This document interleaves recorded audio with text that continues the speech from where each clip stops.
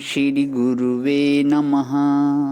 अज्ञानमोहान्धतमोपहाभ्यां विवेकवैराग्यनिधिप्रदाभ्यां विश्वेशतत्त्वं प्रतिबोधिकाभ्यां नमो नमः श्रीगुरुपादुकाभ्याम्।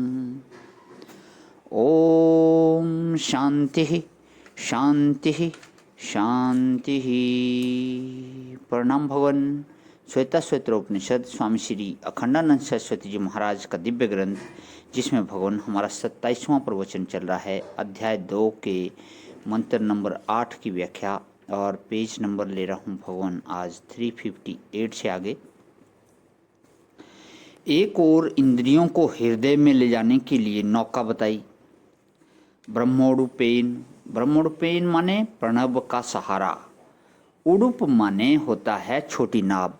बड़े बड़े पाठ करके मन को एकाग्र नहीं करना, छोटी नाव से ही हृदय सरोवर में पहुंच जाना है। उडुप माने छोटी नाव। यह क्या है कि प्रणव ओम लंबे मंत्र जो होते हैं ना, उनमें अक्षर बहुत होने से चित्त को भिन्न भिन्न अक्षरों पर जाने में भी चंचल होना पड़ता है। और छोटा जो मंत्र होता है वह चित्त में एकाकारता को कायम रखने में समर्थ होता है। छोटा मंत्र चित्त में एक ही आकार लाता है और बड़ा मंत्र जो होता है वह चित्त में बहुत से अक्षरों को और अर्थों के आकार लाकर भरता है। इसलिए मंत्र में यदि एक नाम होवे तो बढ़िया, वह कृष्ण का नाम हो, राम का नाम हो, नारायण का नाम हो, वासुदेव का नाम हो, बारंबार वही वही वही वही आवे। ब्रह्मोडुपेन का और भी अर्थ है। ब्रह्मोडुपेन माने उपनिषद की नाव से। ब्रह्म माने उपनिषद और ब्रह्मा देवानाम प्रथमः संबभूव।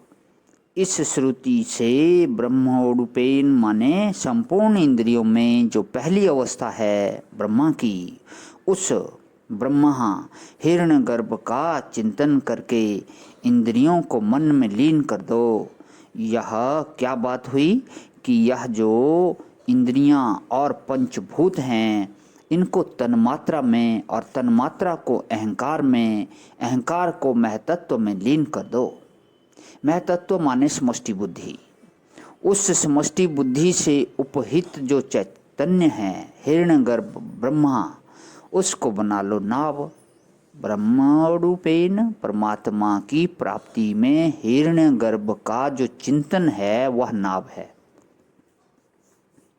हिरण्यगर्भ माने समझो समष्टि बुद्धि, व्यष्टि समष्टि बुद्धि, विशिष्ट चैतन्य अथवा बुद्धिमान चेतन, राम के रूप में, कृष्ण के रूप में, शिव के रूप में। वह नहीं समझना कि उपासनाओं से चित्त की एकाग्रता नहीं होती है, बढ़िया एकाग्रता होती है। बल्कि एक बात आपको सुनावें, प्रेम से ही सुनना उसको। जैसे एक पिता ने कहा बालक से कि बेटा तुम यह काम कर दो तो तुमको मिठाई देंगे। अब बेटे ने काम कर दिया, बोला पिताजी मिठाई दो, तो पिताजी ने ला कर के पेड़ा दिया। बेटे ने कहा कि पिताजी यह तो मिठाई नहीं है, यह तो पेड़ा है। पेड़े को मना कर दिया। बर्फी दिया तो कह दिया यह बर्फी है। गुलाब जामुन, रसगुल्ला सबको मना कर दिया। आप लोग मुझसे तो ज़्यादा मिठाई के नाम जानते होंगे, इसलिए नाम गिनाना ठीक नहीं है। मिश्री दिया, चीनी दिया, बोला यह मिश्री है या चीनी है, सबको मना कर दिया। बोला मिठाई कोई नहीं है। अब आप बताओ लड़के को मिठाई कैसे मिलेगी? मिठाई अनेक नाम, अनेक रूप धारण करके प्रकट हो रही है। मिठास ही तो है सब में, सबका सार, सबका तत्व, सबका हृदय मिठास है। मगर वह लड़का न पेड़े को मानता है, न बर्फी को मानता है, न शक्कर को मानता है, न मिश्री को मानता है, तो उसको मिठास कहाँ से मिलेगी? इसी प्रकार से जो मिठास रूप ब्रह्म है, उसका हृदय में आस्वादन करने के लिए ब्रह्मोडुपेन है, जिसमें तुम्हारी ब्रह्म बुद्धि हो, उसकी नौका बनाओ। जिसमें तुम्हारी ब्रह्म बुद्धि हो उसकी नौका बनाओ, जिसमें ब्रह्म रूप नौका, इष्ट देव रूप नौका, गुरु रूप नौका, सूर्य मंडल रूप नौका, ये सब नौका होती हैं। इनसे क्या होता है कि इंद्रियों को बाहर से भीतर ले जाने में सहायता मिलती है। ये ध्यान की रीति है। तो इंद्रियों को अगर मन में ले जाना है और मिठाई खिलाना है तो गुलाब जामुन को, बर्फी को, रसगुल्ले को, पेड़े को आश्रय बनाकर उसमें ब्रह्म रूप मिठास का आस्वादन करो।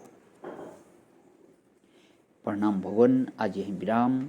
ओम शांति शांति शांति।